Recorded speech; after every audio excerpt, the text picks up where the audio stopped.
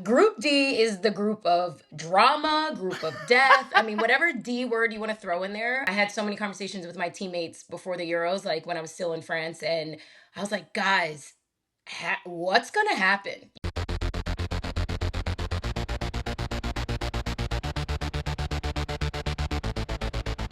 Hi, everyone, and welcome to TWG's first Euros check-in podcast. I am so happy to be joined today by Crystal Dunn, the legendary U.S. Women's National Team defender and more recently key member of Paris Saint-Germain's back line. Just like you and me, Crystal's been watching the Euros during her summer offseason and is going to give us the European perspective on all the goals, upsets, and emerging heroes in this tournament. Crystal, it is always so great to talk to you, but I'm especially excited to hear some of your thoughts on the tournament so far, so thank you so much for being here. Yeah, I mean, thank you for having me. This is truly the summer of soccer, and it's been a really incredible summer so far. So, yeah, there's so many amazing games going on, and I can't wait to discuss. I know, we're so lucky. I know that you're on the East Coast right now, and I'm like, I feel so spoiled because the games are on at 12 and 3, and it's like right in the middle of my workday, and I'm like, I'm busy working, everybody. I'm watching soccer. Before we get too deep into the weeds of the tournament, tell us like a quick update on your life. How are you? Where are you coming to us from? What's going on? Yeah, okay. So, I mean, this is my first summer off in like I don't even know how long. I mean, you know the life of a soccer player. If you're not playing overseas, you are in the thick of it with the NWSL season, and it's been really incredible to kind of have this time to see my family, spend time with my son, see a lot of soccer. I've gone to two FIFA Club World Cup games. So like Sick. it's just been really great. It's like the summer of soccer. And then on top of that, I get to stay home, kick my feet up, and watch some of these Euro games going on. So it's been great. So nice. Well, I'm so glad you're enjoying your break. I imagine you've been busy with Marcel, your son, of course, and seeing your family. But I do quickly want to get your thoughts on the U.S. Women's National Team in the recent FIFA window. For anybody who doesn't know, head coach Emma Hayes wanted to rest the players who play in Europe, which means that the squad was missing a lot of its more familiar faces, including you, Crystal. This team still got some huge results, lots of goals, 3 shutouts against Ireland and Canada. Since this was one of your very few opportunities to just watch the team, I want to know what you thought and who impressed you. I mean, it's incredible playing under a coach that really values you and just like the longevity of it all. And I think Emma took this opportunity to basically say, all the European based players, this is probably truly the only opportunity you will get between now and World Cup time to, really hit reset and have a proper summer off. So it was really nice to have a very open and, authentic transparent conversation with the head coach. Yes, huge results for the team. Really pumped. I think we're in such a great place of just deepening our player pool and really allowing players the opportunity to be brought up to speed and have these reps in and around the national team environment. And I think someone I'm really just so happy to see kind of emerging into the player that I think I've always known she can be is Alyssa Thompson. She's somebody that's just she's always been an incredible talent. And I think when you're young, you get results here and there. But I think for her, she's really honed in on her skill set and she's been able to create so many chances and opportunities for the national team in these last few camps she's been in. Yeah, she's somebody that I'm just like, I'm truly, truly proud of, that I feel like she's really gotten a hold of her game and she's consistent and doing really great things. Alyssa has been so dangerous in the recent windows, and I mean, we're so lucky we get to watch her week in and week out with Angel City, but I do feel like she's one of those players that was brought in like almost really early in her career Mhm. and like put in a situation in the 2023 World Cup where like it would have been really hard for anybody to use that as like this jumping off point. And in Yes. recent years, it feels like Alyssa has just like focused on her game, like honed in Mhm. on what makes her special. And we're really seeing that now with the US Women's National Team. So I totally agree. I'm a huge fan of Alyssa Thompson. Um, this US Women's National Team also just like has such a bright future. Like I do feel like under Emma Hayes, what we're doing right now is so valuable and will serve the team so well moving forward. Yeah. I know those games are over and there's actually kind of a long break between now and the next FIFA window. So we're kind of now all Euros all the time. This tournament is off to a hot start and the women's game is covering everything on social media. Plus, we have some very special podcasts out with players like Georgia Stanway, who scored a banger for England against the Netherlands, and Delphine Cascarino, who's show stopping as usual for France. We're also bringing you all these Euros check-in pods. This week, obviously, is with Crystal, and then next week will be with Lindsay Heaps. So, Crystal, let's get into the Euros. We're catching up after each team has played twice. So we've seen all of match days 1 and 2. We're going to talk through all of the headlines about these teams and players so far, particularly the ones, Crystal, that you're more familiar with and may have a little bit of an inside scoop on, like France, the country where you play now, and England, where you played with Chelsea in 2017 and 18. These were two of the teams I was most excited to watch, and I couldn't believe that they got sorted into the same group along with longtime contenders, the Netherlands, and feisty newcomers, Wales. So this group was pegged right away as the tournament's group of death. Let's Mhm. go back to the beginning of the tournament, looking at this group of death, Group D. Crystal, what did you make of defending Euros champions England being put in such a hard group? How did things like this happen? I mean, yeah, Group D is the group of drama, group of death. I mean, whatever D word you want to throw in there. And it's funny, I had so many conversations with my teammates before the Euros, like when I was still in France, and I was like, guys, what's going to happen? What is actually going to happen? I mean, three top tier teams, and then, like you said, feisty Wales that is in it to just kind of really throw people off their game. I think that's soccer, and I was so Yeah. excited to know that that is exactly what we were going to get this summer. And then obviously the tournament started, England losing 2-1 to France off the bat. I mean, looking back at that game, I watched it and then in a way like watched the highlights again because I was just Yeah. so like enamored with the start of the Euros. I feel like obviously everyone knows it wasn't England's best game, Yeah. but it finished 2-1. And you and I have both known, like, in tournament form, it's like it's not always going to be pretty. It's really about getting results and finding a way to kind of see out games. And I think, 2-1, bummer, but at the same time, their response playing against the Netherlands the next game was exactly what you need in tournament form. It's kind of figuring out one game to another what adjustments you need to make, but also not hitting the panic button. They're still in it. They obviously need to win the third game. And, they're a team that collectively have had so much success. So I feel like, they're definitely going to go in guns blazing and they know that, they have to get the job done. Totally agree. I'm gonna get to England's kind of turnaround and come back against the Netherlands and now what they have coming up. But just to give some context, a few months ago, going into this tournament, if you got asked who were the favorites, a lot of people would have said England. They won the last Euros. They've got a ton of players from super dominant club teams like Chelsea, Champions League winners Arsenal. But before the tournament started, some drama started coming out of the England camp. There were multiple big name international retirements just weeks before the tournament. From Mary Earps, the goalkeeper that helped England win the last Euros, Fran Kirby, an experienced and skilled attacking player, plus Millie Bright, a frequent captain and center back, which is such an important, crucial position on the field. She's not with her team. She's at home recovering from knee surgery. And if all that wasn't enough to maybe start making England fans a little bit nervous, the team also had a few regular starters coming off lengthier injuries like Lauren James, Georgia Stanway, Alex Greenwood, Lauren Hemp. So I think while they were a favorite, we were all kind of we don't know. A lot could happen. And then, like you mentioned, Crystal, that first game against France, a team who's never won a major international tournament and who actually had their own roster drama, England stumbled. They lost 2-1. We're going to get more onto the French team. Let's stick with England for a second in this first game. Did you think anything specific was off tactically, or kind of what you said before? Do you actually just think it's sometimes this happens in tournaments? They're playing good teams. Yeah, I mean, you hit on some valid points about, what the team had to, navigate even before the tournament started.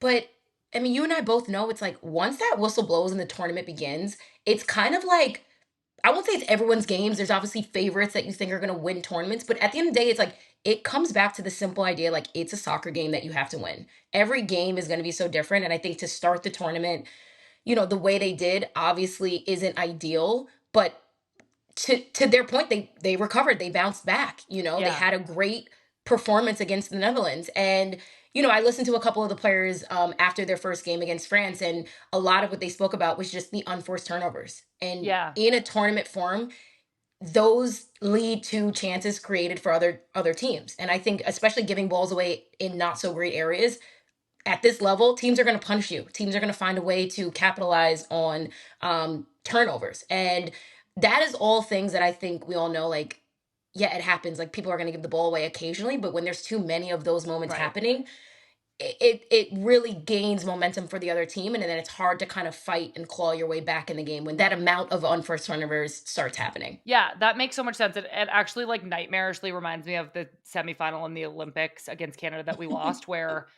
we were all kind of like, what happened? Why did we lose? And then we watched Yeah. the film back and we were like, oh, we were just giving the ball away Yeah. all game. Like there's just no, some days you just have that kind of day, Hmm. but like you can't have that day in a world tournament or you're going to lose. It's like, that's just like Yes. what happens. I know that England, we keep mentioning they turned it around. Their mentality in their second game was clearly there. And I have experience playing in England with a lot of these English players. I know you have a similar experience playing at Chelsea. And I think when we think back on that first game against France, I didn't feel like they were really like mentally pushing until after Kira Walsh scored that Hmm. late goal. But I think that their response, which was a little bit disappointing, like I think they should have been pushing harder sooner. But I think that their response in between the games was really like exemplary and like really demonstrates how they've come together as a team under their coach, working together. I think about players like Lucy Bronze, who I know we've both had a lot of experiences with. Like Lucy to me is one of those players that is always pushing. Like her Yeah. mentality is almost like an American mentality. And I mean that in Hmm. like such a compliment. Like I just think Lucy is so competitive, wants to win so bad, and is somebody who will really rally her teammates around her. And I imagine Yeah. that English locker room was rallying around that kind of attitude, one that Lucy brings. I just want to hear from you how you're imagining like the typical English mentality and maybe some experiences that you've had with it, and how you imagine they were able to go from a loss to a win with a quick turnaround with a lot of pressure and a lot of eyeballs on them. You can respond so many different ways to pressure. I think when you're a team that is coming off the reigning champs, there's pressure on you before you even start the tournament, of course. And then I think, them having the game that they did, game one, and then between game one and game two, they realized, yeah, pressure should be something that we embrace. Pressure should be something that we like rally behind and that we collectively kind of decide that there is a responsibility that comes with being a very successful, highly elite team. And Yeah. so I don't know what conversations went on in the locker room, but I'm sure it was along the lines of like, hey guys, we're still in it. It's, game one, put it behind us. Let's take it game by game. You Right. can't even think about being that last team in the final moment when you just have to kind of decide that we're in this moment right now. We cannot get too ahead of ourselves. And you and I both know it's like, tournament format is like so wild. Like it's so different than your preparation games. Like obviously for the US, we play a lot of friendly, so a lot of games we play don't have any do or die weight to it. You try to do your best and you move on to the next. But in a tournament, it's like only have such a small amount of Yeah. time to correct whatever mistakes and things you need to work on, and then you just have to like put it behind you. You have to Yeah. almost forget that you played that game. It's like, oh, we lost 2-1. Don't remember that. On Yeah. to the next. So I truly believe that leadership really probably kicked in, and I think their mentality was really great, and their response was really awesome. Even tactically, I feel like they made what might seem like a slight adjustment against the Netherlands in their second game. Um, I think to help out the midfield a little bit, they started Ella Toone in the 10. They pushed Lauren James out wide. Beth Mead moved to the bench. I think Jess Carter was a center back. Yeah, and Alex Greenwood went out wide. I do want to hone in on Lauren James for just a second. Obviously, LJ is a star player for Mhm, Chelsea, star player for England. And regardless of where she is on the field, and despite coming off 3 months sidelined with a hamstring injury earlier this year, mhm. LJ has been so effective for England's attack this tournament. She scored a brace against the Netherlands in that 4-0 win. Crystal, talk to us about what makes LJ so hard to defend. Like, what is it about her as a player that makes her so effective for England? Yeah, I mean, she's an incredible player. She has so much talent, but along with that, she is extremely technical and very just dangerous and dynamic. I think she's a player, like you said, it's like regardless of where she is, she's going to draw players to her because people are going to try to throw her off her game and try to take her out of the game. And ultimately, that opens up space for other players as well. So for her being Mhm. dangerous, it's great. Like you want her scoring goals, you want her getting in the attack, but it also will allow other players to kind of get involved in the game when she does draw defenders to her. So I think for her, she's extremely technical. She's, dangerous when she gets in the box. I mean, she's an incredible goal scorer, and I think that is something that really makes a lot of opponents, fearful of the fact that she can kind of, you know do multiple things when it comes to getting in the attack. And like we said, it's depending on where she is positionally, she's going to draw people everywhere that she goes. So that ultimately is really great for the team as well. Yeah, I think it having her out wide added just a layer of like dynamism to England's attack. I think Alessia Russo was really effective as that kind of highest player, hold up nine. She can like win and hold up the ball. And Hmm. then LJ was out wide, and LJ is kind of in this free role where she can do whatever she wants. Yeah. We had Lauren Hemp out wide serving and crosses, and I just think it seemed like it clicked really well against the Netherlands. And I was super impressed with England's mentality to come from like kind of being in that deficit from the first game to come back. But England do still have a job to do. They've got to play Wales on Sunday. Hmm. And then they've also kind of got to cross their fingers and hope that everything else goes their way in order for them to get through Group D, which I do hate to even say because, like, obviously, I think we all are kind of like, go Wales. Like, I love watching Wales play. I love watching Jess Fishlock play. Like, Yeah. Wales has a place in my heart for sure. But I think England are really contenders in this tournament. They have just somehow made this last day of group stage play a dramatic day. Um, if England win and France win, they'll both go through. But if England win and the Netherlands beat France, we're going to have one of those tiebreaker situations where we're all going to be like counting up goals on our fingers and like wondering what's going to happen. Yeah. So it's going to be like wild on Sunday. I think everybody's going to be glued to their TVs. Crystal, I do want to pivot and focus on France for a couple minutes. France entered this tournament with their own kind of roster drama without Wendy Renard, Ken Zadali, without Eugenie Le-Sommer. France are one of the teams that have decidedly moved on from some veteran players in order to invest more in the next generation. They came out strong, beating England in their first game, which we've been talking about. They beat Wales in their second game. They look almost set to go through to the quarterfinal. The thing that struck me the most in that first game, and often in the second, was the mix of speed and control that they were playing with. You spoke a little bit about the English mentality. Is there anything you can tell us about the way they play in France, or even the attitude you imagine this team has about their chances this summer? It's like no secret. I've been like a secret fan of France for a very long time. No secret. No secret. I just like really love their style of play. Like I love how dynamic they are, how Mhm.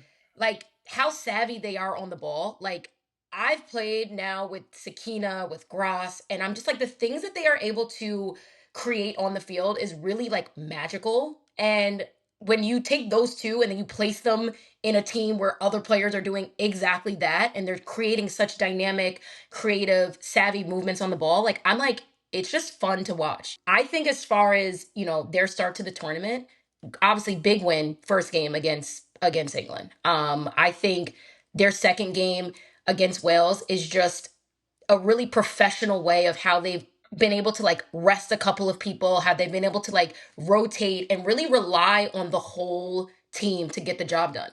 And we know in a tournament, it's like yeah, everybody wants to play 90 minutes after 90 minutes, but it's like you have to realize that it's a collective job that you need. And you need to have the depth ready to be utilized at every step of the way. And I think they've been able to really from one game to another just really expand the whole team and really make it a collective job.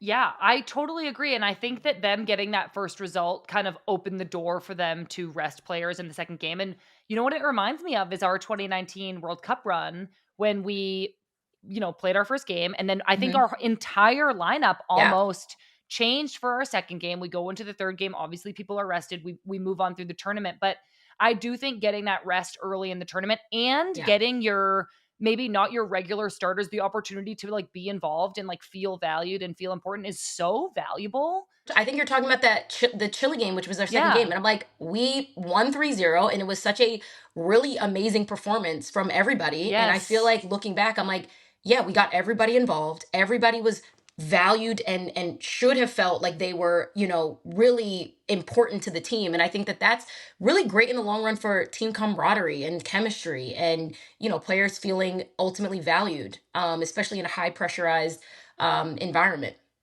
Totally. You've mentioned some players you've played with. You've got some PSG teammates on France, like Grace Giora, who found herself in the perfect place for a goal against Wales. What is one of the veterans of this team with over 100 caps. How do you think that France's mix of experience, but then also this kind of like fresh, got to prove myself energy is leading to their success so far in this tournament and making them really dangerous? Yeah, I mean, I think France has. historically always had so many talented players. I think there is Mm. has always been pressure for them to go into tournaments and like be in a semifinal, be in a final. So I think regardless of how they've played in tournaments or been in tournaments, I think that the pressure has always actually been on them. It's just not probably spoken about in headlines and things like that, but they don't feel like they're playing with pressure. And it's like really wonderful to see. Like I genuinely think that they're going out there and they're like, guys, let's share the ball, let's play for each other, let's like, do the simple things right, and let's have our collective flair on the ball and create the chances that we know we can create. And I think outside looking in, I mean, no internal info here, but I genuinely think as a spectator, it just looks like they're like enjoying playing. Like they are creative, they are scoring goals in a way that I just feel like they're like, yeah, like let's act like this is the training ground again. Let's just do what we do and enjoy doing it together. Which is scary to hear that France is feeling that way. It reminds me so much of the US women's national team under Emma Hayes. It's this like refreshed, oh my God, this is fun. It's fun to score goals. It's fun to win. We're out here on the training ground. We don't feel under this pressure. So I love hearing that about France. Obviously, this wouldn't be a Euros podcast without us checking in on Spain. Spain has had a couple of pretty straightforward wins early on, despite a valiant effort from Belgium, who scored Mm, twice on them, which was like, go on, Belgium. Okay. yes. But Spain are already through to the quarterfinals no matter what happens this weekend. And that's even though they've had some scares with their star, Aitana Bonmati. She was hospitalized Hmm. right before the tournament with viral meningitis. She's back playing limited minutes with the team. But luckily, Spain also have Alexia Putellas, who's really back to her best after some nagging injuries the last couple of years. This is one of the teams that feels greater than any one player, even though they have like literally the two best players in the world. And that's, I guess I'd say Spain, it feels different than a team like Norway, who have looked disjointed despite a few moments of brilliance from individuals. Norway are already through to the quarterfinals, but they've just been, I think a little bit fortuitous to get the results when they haven't played that great yet. But let's go back to Spain. When you watch Spain, it just seems like they have such clear on field communication, like a machine. Are there any other signs to you that this Spanish team is firing on all cylinders this tournament? I mean, I think what makes Spain so dangerous is their ability to collectively get numbers around the ball, collectively get numbers in the box, just flooding teams' back line. It's, as a defender, I always know the hardest games are when you're like looking around, you're like, there's players coming left, right, center, and you're just like overwhelmed. I think that that's what they do a really great job of collectively in every game that they're in. They're flooding numbers in the box, getting numbers around the ball. And then I think another thing is they collectively work extremely hard to get the ball back. They press really high Mm. up. They swarm in numbers. They hunt the ball together. I love using the word hunt because, like, when I say hunt, I mean you are like the moment you lose the ball, you are head down. You don't even care. You are getting that ball back as Yep. soon as possible. And I think it's very dangerous. It overwhelms back lines. It overwhelms their opponents because their ability to get the numbers around the ball offensively, but then also do the same defensively means that you have to be that much better technically, that much better tactically in order to even give yourself an extra second playing against a Spanish side like this. Yeah, you're so right to say it's just so overwhelming. If you're one of these other teams and you're seeing Spain scoring 5 goals, 6 goals a game, Alexi Putellas and Esther Gonzalez leading the Golden Boot race at both at the top, both on the same team, both with 3 goals already. And Crystal, you mentioned as a defender how hard it is to have all these numbers at you coming forward.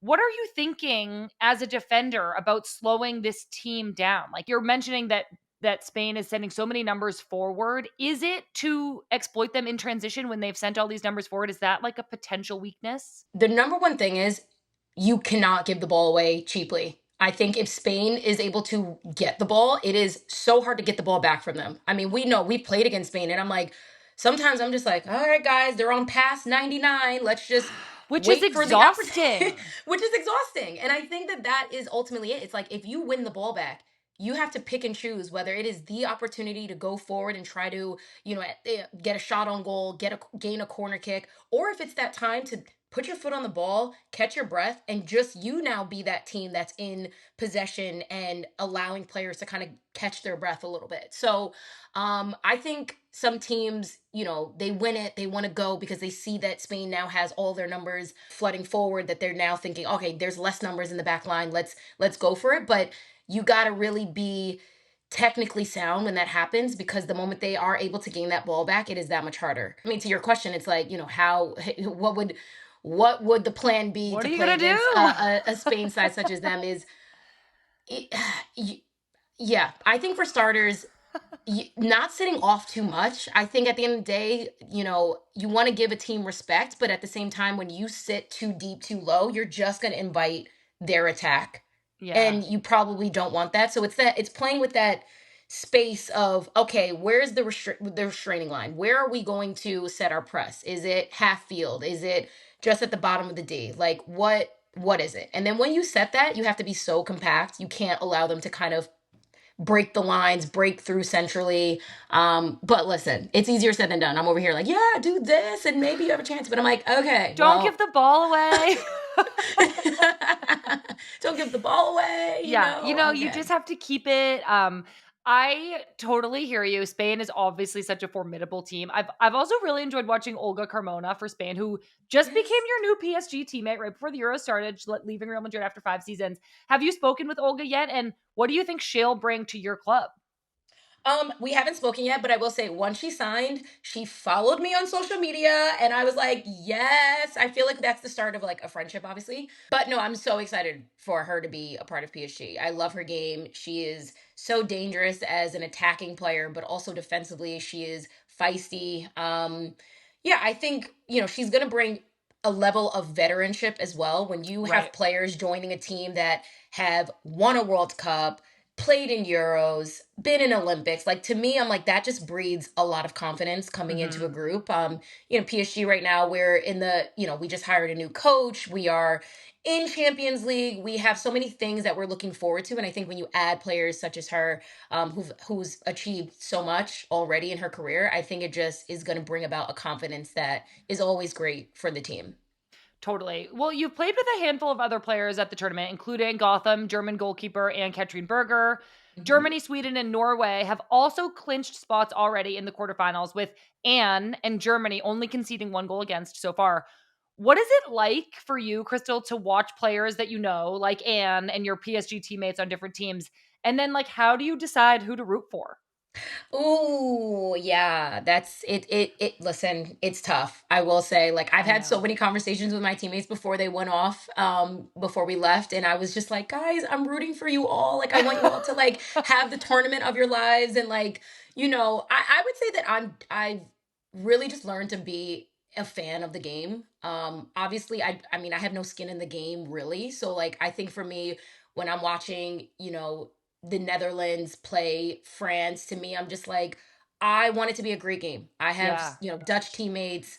I Right. have obviously French teammates. So I personally am just like, the better team is going to win on that day, but I just hope that my girls, do well. They put out a Yep. great performance and, yeah, and they just enjoy it. I mean, playing in a Euros, playing, representing your team, your national team is an incredible experience. And I think for me, I'm just like, I hope they, represent well and they, just have an amazing time doing it.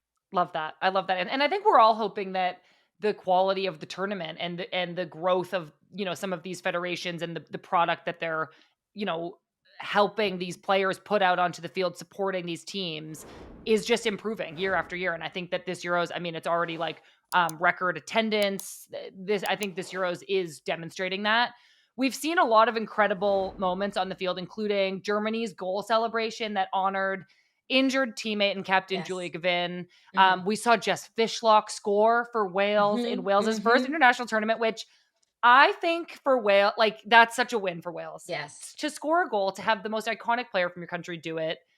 What an incredible moment for Wales and like what an Yeah. awesome thing for us to see. We've also mentioned Norway a couple times. They became the first team to advance despite two kind of lackluster performances, but things are falling their way. So I'm Yeah. gonna, keep them in my thoughts and see what happens. I'm sure there are countless more moments in store for us during match day 3 and then during the quarterfinals. So looking ahead to these next few weeks, Crystal, what are you most looking forward to about the knockout rounds and the rest of the tournament? My biggest hope is that these games are just like they're battles, like I want to see like tight games where it's like the final moment. As a spectator it's easier to say that, but as a player you're probably like, I want to win 3-0 and make it like not like put the Yeah. game away early, right? But as Yeah. a fan I'm like, I want tight games, I want back and forths, I I want want like I upsets. want upsets. Yeah, for me I'm rooting for amazing games moving forward, some upsets, some incredible goals, and yeah, great tournament. This is a head versus heart question. Who do you want to win in your heart? And who do you think will actually do it in your like rational mind? I want France to win. I want France to win. There, I said it. Sorry, guys. My husband's Love. French. My son, I guess he's American and French, but he is understanding more French than me. So I'm gonna go and say he's French too. I just feel like now playing in France, I'm like, yeah, I'm kind of rooting for them. I want them to do well. I mean, you and I both know they have been so talented for so long that I'm like, come on, guys. Like, I am rooting for you to do it. At least be in the final. I think that they can do it. I think Spain is going to win it. Me and everybody. My head tells me the same thing. Our brains are aligned. They just look composed. That's the biggest thing is like, they still have so many more games left to play in this tournament, but right now they look really unflustered. Even getting scored Yeah. on two goals by Belgium, I truly think that they kind of took those two goals as like, all right, we got it. We're still gonna win the game. Like, like they're so Yeah. composed, and I think that they're gonna do it in the end. But I am rooting for France. I know. I think it would be it's hard not to like rationally be like, I think Spain is the best team. Yeah. My heart in many ways is with England because I feel like we saw the impact that them winning in 2022 had on women's football in England and globally. Something about the way that the players kind of like rose to the occasion, the way that the country responded, the way that their federation responded. I just think there's like still so much potential and growth, and that almost that like England winning will continue to have the highest impact on the growth of women's football. So my heart in many ways, and I played with some of them at Man City and I just love them so much. So my heart is with England. I think my head is in Spain. We're going to see what happens. Crystal, I'm so glad we got to do this. I feel like you gave me so many things to think about while I watched the rest of the tournament. To zoom out just a little bit, as you and the U.S. women's national team start to think about the World Cup in 2027, you're obviously going to have to contend with nations like Spain and England and France, but also hosts of the World Cup, Brazil, really talented squads like Japan and Australia, plus teams like Zambia and Nigeria potentially, who are gaining so much momentum. So my question is, how do you think tournaments like the Euros, but also the WAFCON going on, Copa America coming up, are capturing the growth and excitement of the women's game in the years before everybody faces off in the World Cup? I think globally the game has come such a long way. I think when we think about, our first couple of caps on the national team, like, and where soccer is now, like, there are so many more eyes on the sport. There is such a collective fan base that now follows teams, truly invests in watching these games and supporting the players. I'm seeing so many now countries that compete. It's no longer, oh, USA is going to be in the final just automatically. You're really seeing and witnessing every tournament. It's like it's about your game plan, it's about executing your game plan, and any country, any federation can have an amazing game plan and execute it and find themselves gaining momentum in these tournaments and doing really, really well. And I think that it's exciting. I think most people want to hear, especially as a women's national team player, they're like, I don't want to hear that other teams are getting better. I'm like, no, guys, this is good. Like, I can honestly sit here and say, I would love to always win every single tournament. I would love to beat teams 3-0 in a final. But it's okay to also acknowledge, like, those days may not be here anymore. And it doesn't mean that the U.S. men's national team are not capable of competing. It just means resources are now poured into other federations, which Right. means that their level has been brought up, which means that our level now will be increasing Exactly. and getting better because we now have to push even harder because Yeah. teams are getting fitter. They're having the backing behind of their federation, and I think it's a really exciting time to be a fan of the game, a player of the game. Like, it just means that your level has to keep improving and increasing your standards, your expectations, and across the board, that it's really great for women's soccer. Love that answer so much. I'm feeling just like so inspired. Crystal, I just want to wish you luck when you head back to Paris this fall. I hope your season goes so well. I hope you enjoy Thank the rest of you. your summer. Thank you so much for being here. It was so much fun to chat. Yes, Sam. Thank you. I'll be texting you during the tournament. Don't worry. Oh my gosh, please do. TWG, we'll be back with more Euros coverage on Good Vibes with Becky Sauerbrunn on Tuesday, and we'll see you then. Thanks, everybody.